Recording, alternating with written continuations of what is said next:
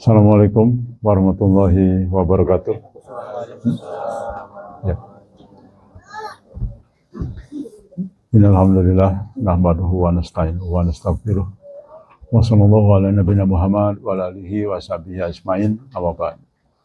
Teman sekalian, ini kuliah yang kesekian kali dan mata kuliahnya masih tentang adab.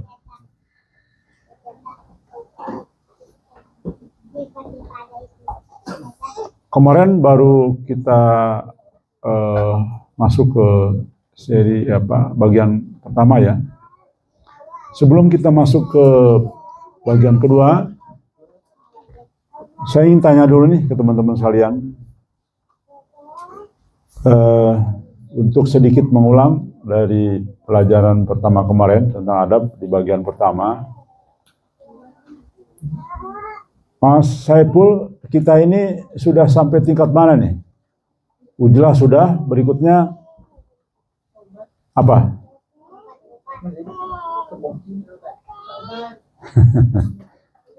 Tobat ya? Oke, baik. Mas Sutarno, kita harus ngapain sekarang nih? Tahap berikutnya nih, untuk penduduk ruhani nih. Harus zuhud ya, itu kemarin. Jamilah, setelah zuhud harus apa nih? Belajar sabar. Terus berikutnya tawakal ya. Oke. Baik, kita lanjutkan. Jadi tolong ditulis sekali lagi, nanti akan ada ulang. Kemarin sampai ini ya, sampai muhasabah ya, introspeksi. Baik, berikutnya kita masuk ke kerangka. Sekali lagi ini baru kerangka ya, bulan pertama. Ini mungkin ada 10 seri nih kelihatannya. 10 kali pertemuan, bukan seri ya. 10 kali pertemuan khusus membahas adab. Karena adab itu memang menjadi acuan dasar banget bagi penduduk ruhani itu ya. Sangat amat penting. Ini yang kemarin. Kemudian berikutnya yang ketiga, harus tawadu, rendah hati. Nanti ketika kita penjabarannya baru kita akan paham. Ternyata di dalam banyak mimpi teman-teman banyak isyarat bahwa memang kita ini harus tawadu. Rendah hati bukan berarti kita merendahkan diri, bukan. Baik kepada orang lain, rendah hati. Jika kita waktunya untuk mengalah. Tapi pada saatnya titik tertentu juga kita harus menunjukkan keteguhan hati ya. Jadi rendah hati itu adalah bukan merendahkan diri. Berbeda. Nanti saya jelaskan secara rinci, dan kenapa harus begitu ada di dalam mimpi, juga dalam kitab-kitab yang ada ya. Apa itu tawadu? Tidak merasa lebih baik dari siapapun. Nah, teman-teman harus sampai puncak ini ya. Saya juga sudah sering mengingatkan, kita tidak boleh merasa lebih baik dari yang lain. Kita harus sama-sama belajar. Saya pun sesungguhnya meniatkan diri untuk belajar ulang tentang sifat tawadu ini.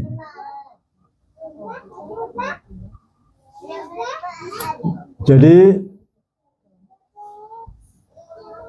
tapi bukan berarti kita juga tidak boleh menonjolkan potensi kita, bukan. Jadi begini, beda. Tidak merasa lebih baik, tapi bukan berarti kita tidak boleh menonjolkan potensi. Itu harus. Tapi di waktu yang tepat, di situasi yang tepat, dan dalam forum yang tepat. Jadi jangan di forum bebas, kemudian kita ingin seolah-olah lebih baik dari yang lain. Contoh teman-teman harus paham. Ketika ditanya dalam forum, ada yang hafal tentang ini, formula bagaimana caranya supaya ikan ini sehat? Nah, tonjolkan, karena dia punya kemampuan. Nah itu, di tempat yang tepat. Jangan sampai tidak ditanya orang lain, tiba-tiba bicara hal yang tidak perlu. Ya, itu tidak merasa lebih baik, tapi juga kita tonjolkan kemampuan di tepat waktu yang tepat. Contohlah, saya kadang-kadang mau nyombongkan diri, tapi bukan sehari-hari kehidupan saya, ngobrol nih, saya dulu begini, saya dulu, nah itu dia. Tapi di waktu yang tepat, ketika teman-teman masih tidak paham, seolah-olah mengabaikan, seolah-olah menganggap ya ilmunya kita sama, itu sombong kepada orang sombong namanya, ya. Artinya ketika teman-teman sudah tahu harus melakukan ini, tidak dilakukan, berarti kan sombong. Maka kadang-kadang lawannya harus sombong lagi. Supaya apa? Ada shock terapi kepada dirinya. Oh iya ya, berarti ilmu saya ini masih belum sebanding. Maka saya harus mendengar. Itu rumusnya. Itu bukan berarti tinggi hati. Jadi beda ya penempatannya. Jadi teman-teman harus mulai memahami apa itu arti tidak merasa lebih baik. Ketika terpaksa, maka boleh kita tunjukkan bahwa saya lebih baik dari Anda. Karena Anda tidak mau nurut terus, bahkan melanggar, kita tunjukkan kita siapa. Supaya dia memahami bahwa kita lebih pengalaman, ilmunya lebih tinggi, sehingga dia harus ikut. Karena bisa jadi membahayakan sebuah pergerakan. Kalau ada orang yang merasa menganggap menyepelekan. Paham ya? Paham maksud saya? Jadi itu. Menyombongkan diri boleh, tapi pada waktu yang tepat, di forum yang tepat. Jangan di publik yang tidak ada hubungan apapun. Yang berikutnya, menganggap diri selalu dalam kekurangan. Nah ini dia. Rendah hati itu teman-teman, tolong ya semuanya harus merasa kekurangan terus. Jadi itu rumusnya. Bagaimana kaitan dengan nanti penduduk rohani dikaitkan dengan perjuangan kita ke depan? Nanti kita akan bahas satu persatu ya. Di dalam perjuangan nanti, kita sebagai manusia pasti akan mengalami sesuatu hal yang selalu di luar dugaan kita. Nah, maka dari sekaranglah kita mulai melatih diri untuk merasa kekurangan. Teman-teman, dampaknya apa coba? Kalau merasa kekurangan terus? Coba, saya mau tanya, ya. Introspeksi diri, betul. Oke, terus? Nah, ingin langsung belajar terus. Rajin belajar ke sini. Contoh, ya. Banyak introspeksi juga dan semuanya lah. Mau mendengar orang lain. Nah, itu dia. Jadi, tapi ketika kita merasa tidak kekurangan, nah, belajar malas apa malas. Tapi itulah artinya potensi dia tidak akan masuk kepada kelas penduduk rohani. Jadi kan sekalian, luar biasanya nih. Dalam mimpi ditunjukkan, Masya Allah, ya, ditunjukkan. Ketika ditakwilkan, ditunjukkan orang ini sudah masuk kepada mana. Ya. Bahkan, ya mohon maaf, kita sudah bicara yang agak lebih jauh ya, tentang masalah-masalah kewalian. Jadi, itu dinampakkan ternyata dalam mimpi. Yang kenapa, entah kenapa Allah melalui mimpi lain memberitahu kepada saya. Melalui mimpi teman-teman ya. Sehingga, mohon maaf nih, saya akhirnya memahami. Karena, wali itu kayak begini ya sosoknya. Saya gali, iya benar juga ya. Jadi, saya belajar dari situ. Dan berbagai macam hal-hal yang sifatnya tentang bagaimana menjadi penduduk rohani itu. Ya. Ini pelajaran berharga bagi kita semua, makanya nanti saya urai dengan mimpi-mimpi. Nanti pendalamannya teman-teman sekali lagi akan merasa sesuatu yang berbeda apa yang akan kita jelaskan nanti ya. Karena ini kita gabungan dari ilmu fikih dan sebagainya, kemudian dari mubasyirat yang ada. Baik, yang keempat, ini kan poin berapa nih? Poin dari adab terhadap diri sendiri ya. Ini bagian dari adab sendiri, yaitu kemarin sudah poin 1, 2, kemudian sekarang 3 dan 4. Adab terhadap diri sendiri. Menjaga waktu dan diam. Ya, ini harus kita sama-sama ya belajar menjaga waktu dan diam. Tidak menyiapkan waktu untuk yang tidak bermanfaat. Ini seruan saya sudah lama. Jadi tanpa disadari oleh saya sendiri, sebetulnya kita sudah diingatkan itu. Makanya kurangi teman-teman sekalian. Kita sempat pegang handphone sehari 2 jam, manfaatkan untuk yang sangat amat penting. Kemudian juga di saung, istirahat, manfaatkan. Ya. Semuanya sangat bermanfaat. Oke ya, tidak menyiapkan waktu, tidak menyanyiakan waktu. Diam jika tidak perlu bicara dan menjaga lisan. Jadi kalau tidak perlu bicara lebih bagus diam. Jadi kalau teman-teman, ibu-ibu, mama masih banyak bicara, apalagi ngomongin orang lain, apalagi ngoreksi kekurangan orang, itu berarti tidak akan lolos jadi penduduk rohani, ya, dan menjaga lisan. Hati-hati, karena pengalaman saya di lapangan, pengalaman saya di organisasi, pengalaman saya bergaul, penyakit itu dari mulut yang utama itu. Makanya ikuti teman-teman di sini yang diam, itu jauh lebih baik. Tapi ketika harus bicara, jagoan, nah itu yang hebat. Pada saat bicara, dia hebat. Tidak ketika ngumpul-ngumpul, ya, kemudian bertemu di mana saja, kalau tidak perlu bicara, lebih baik diam. Karena potensi lisan ini adalah potensi perusak dari banyak unsur. Apa coba? Lisan bisa terjadi adu domba.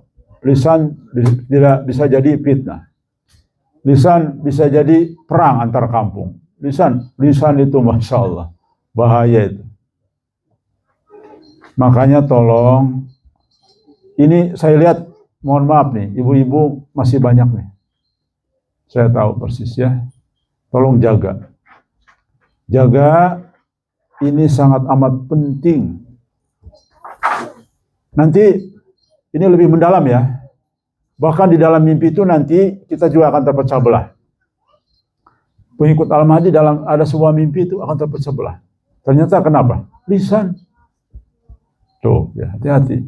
Makanya penduduk rohani itu, aduh, ini saya mohon sekali nih semuanya jaga lisan ya.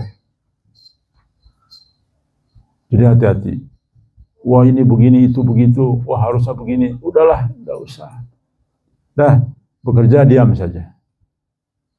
Kalaupun mau sesuatu yang tidak puas, lebih bagus ke atasan kita, ke atas. Itu ya, jangan ke samping. Saya sudah nggak suka ngajarin. Kalau mau bahas sesuatu, jangan ke samping. Kecuali memang mau memusyawarahkan sesuatu. Tapi kalau ada sesuatu, wah kemarin tuh, ini ngomongnya gini ya, saya gitu, udah. Itu yang berbahaya, Pak. Stop kebiasaan itu. Penghuni penduduk rohani tidak boleh lagi ada itu. Ya. Apalagi menilai, itu gimana sih, cerewet dia ya, gitu tuh. Aduh jangan, sudah. Stop. Karena nanti baik di medan jihad sesungguhnya ternyata banyak terjerembab karena lisan. Ya, baik. Jadi lebih bagus diam saja. Oke. Berikutnya, adab terhadap sesama. Tadi menjaga. Ini bagian C ya. Sesama ya, C. Adab kepada pemimpin murabi. Nah, pemimpin di sini tidak harus saya saja, tapi juga pemimpin bagian tanaman keras, pemimpin taman lunak, kepada mudir, kepada ya di sini kan ada pemimpin bagian masak di dapur. Tolong mulai kita belajar menggunakan adab ya. Jangan ngobrol seperti ke teman biasa yang kadang-kadang namanya teman ya entah itu bebas bicara dan sebagainya. Mari kita mulai belajar ya. Belajar untuk kepada suami, pemimpin juga. Tolong belajar juga adab kepada suami karena pemimpin. Oke ya, jadi ini berikutnya adab sesama apa lagi? Takjim. Nah, mulai ya kita belajar untuk mau menghormati orang lain. Ketika bicara kita dengarkan, hormati. Kemudian mau mendengar dan tidak membantah, kecuali sudah dianggap menyimpang. Jadi kalau pemimpin itu dengarkan, kecuali menyimpang, baru kita bantah. Selama tidak menyimpang, tidak dibantah. Yang terbaik, kalaupun kita mau usul dengan kalimat yang baik, atau jangan di forum, takut mempermalukan. Jadi lebih bagus nanti saya mau ketemu ya. Nah, ini bagaimana dan sebagainya. Jadi itu adab-adab yang harus kita ini ya mulai ya. Jadi saya pun juga harus belajar, sama-sama belajar untuk kita adab ini semua ya. Berikutnya menjaga etika lahir batin terhadap pemimpin. Ini nanti kita akan kupas lagi menjadi pengetahuan yang harus kita peroleh. Sekali lagi, teman-teman akan ada satu dimensi lain nanti setelah penjelasan ini semua ya. Karena dimensinya adalah pendalaman dari banyak mubasyirat. Karena sekalian, saya baru menemukan satu hal yang di luar pemikiran kita sebelumnya. Ternyata mimpi itu tidak hanya untuk kepentingan sebagai kabar gembira atau peringatan, tapi di situ ada unsur petunjuk tentang adab, tentang bagaimana itu, tentang harus kita bersikap, tentang lobby, tentang artinya Masya Allah, ternyata mimpi itu mengandung nilai-nilai sejauh itu. Makanya kemarin ingat peringatan dari Allah melalui simbol-simbol, itu peringatan bagi kita untuk memulai yang pertama adab. Ya. Jadi Allah mengingatkan kita yang pertama apa? Adab ternyata. Coba kalau kita baca perhatikan peringatan Allah yang tiga itu, tiga. Ternyata isinya banyak adab, peringatan adab. Kita selama ini enggak adab kepada Allah dan sebagainya. Nah, maka menjaga etika lahir batin kepada pemimpin adalah hal yang sangat penting.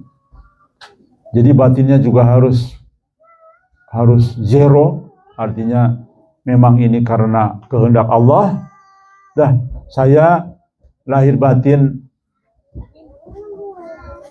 ikut kepada petunjuk bahwa Anda memang harus jadi pemimpinan saya dan saya siap untuk mengikuti arahan dan instruksi. Kepada semua level, jangan hanya kepada saya, kepada Mas Tarno sebagai pemimpin di tanaman lunak harus ikut. Dan Mas Tarno perintahkan begini, nggak boleh bantah lagi ya. Nggak boleh. Mas Tarno memerintahkan apapun kepada timnya, jangan bantah. Mari kita setelah tidur kumpul lagi. Karena Mas Tarno mengejar target, ada target dari saya. Nah, siap, laksanakan. Begitu. Itu namanya siap lahir batin, menjaga etika. Karena seandainya diperintahkan oleh Mas Tarno, kumpul lagi setelah tidur, dan kemudian tidak ada satupun yang datang, ini berarti tidak menjaga etika terhadap pemimpin. Dilecehkan kan Mas Tarno. Itu ya, paham ya? Baik. Adab kepada sesama. Ya. Ini salik itu penjalan rohani. Jadi sesama kita nih, sesama kita. Saling mendoakan, nah, jauhkan dari iri hati. Ini penyakit menahun berabad-abad nih, ya. Mari teman-teman, waduh ada lebah nih. Saya mau jadi Spiderman nih ke sini. Oke. Rekan sekalian, iri hati ini, aduh penyakit memang sulit ini. Sulit diberantas ini. Tapi gimana ya, harus ternyata penduduk rohani itu nggak boleh ada ini penyakit iri hati ini. Mari kita sama-sama, walaupun berat, tapi ini harus kita berantas ya, penyakit ini. Harus kita berantas. Karena ketika didalami dari banyak atsar kitab-kitab ulama, kalau sampai ada di dalam hati kita masih ada iri, itu sulit untuk lolos. Karena setan paling mudah dari sini. Ya kan? Itu setan. Masa Kang Diki mempercayakan ini ke Mas Sugi? Harusnya kan yang itu dia iri hati. Masa Kang Diki ngajak Mas Dedi terus kemana-mana? Ya. Padahal kan pertimbangan pemimpin pasti ada pertimbangannya kenapa. Nah, jadi ini harus sudahlah, pokoknya jangan ada ya. Tolong kita tidak boleh ada lagi penyakit yang sulit, yang menahun berabad-abad ini dalam hati manusia. Pintu setannya tinggi dari sisi iri hati ini. Nah, ini lagi nih. Aduh, penyakit yang susah menahun. Ya. Kita ini kadang-kadang lidah pengen aja membuka aib orang. Ini setan tuh dari sini paling bahaya ya. Iri hati dan aib ini ternyata sulit untuk dilaksanakan. Karena dorongan setannya ini tinggi. Setan tahu kelemahan manusia. Ya. Apalagi kita ada permasalahan. Contoh, mungkin dia mendengar dari orang sini, saya menegur seseorang. Dia tahu kelemahan manusia. Jadi setan itu kan manusia dan jin. Contohlah, saya menegur Mas Dedi, saya marahin karena pelanggaran. Terdengar sama orang yang tidak suka dengan kita. Pasti deketin Mas Dedi, chat. Orang yang sudah iri itu pasti chat. Mas Dedi, kenapa? Ngapain kamu di situ? Dimarahin melulu. Udah keluar sebagainya. Dipancing-pancing lah Mas Dedi. Bener nggak begini? Isunya bener nggak begini? Biasanya orang luar mencari orang yang demikian. Untuk apa? Membuka aib. Wah, bener nggak? Kali isunya begini. Bener nggak? Begitu. Akhirnya kan terpancing. Kalau Mas Dedi lemah, terpancing kan? Karena memang sakit hati sama saya misalnya, dimarahin terus. Akhirnya buka, iyalah, Kang Diki begini loh, udah deh, membuka aib. Baik, jadi tolong kita semua jaga, ya. Tutup aib kita semua di sini. Tutup aib kita semua. Karena aib ini jadi peluru yang akan memecah belah.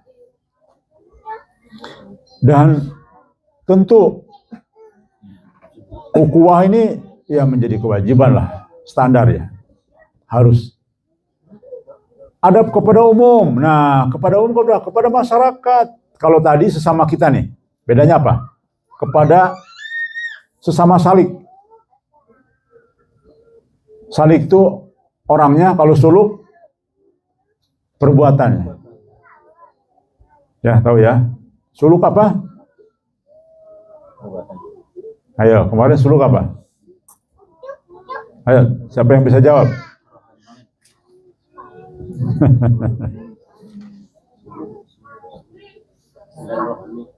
Nah, jalan rohani ya. Ini yang sedang kita lakukan ini.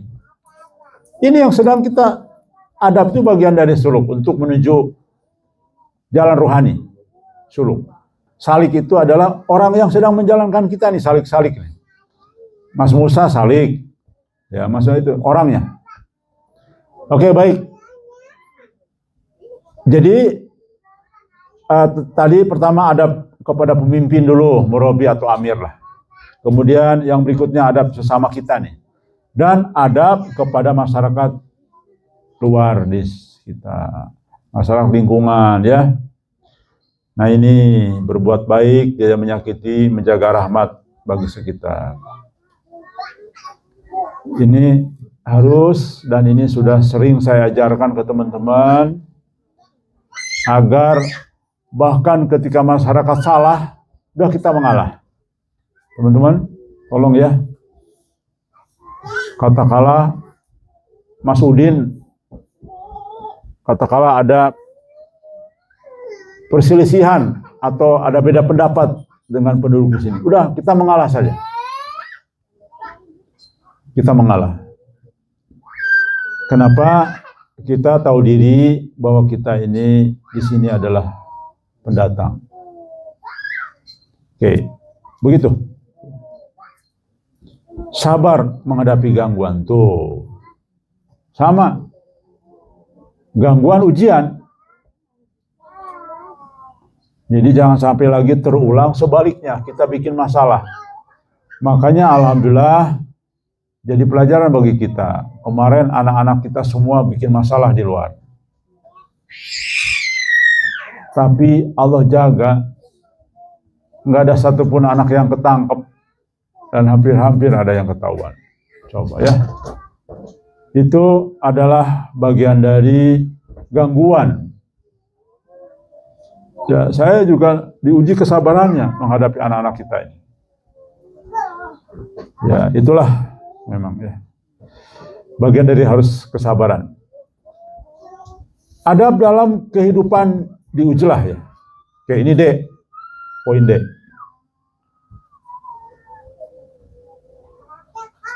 Nah, ini dia.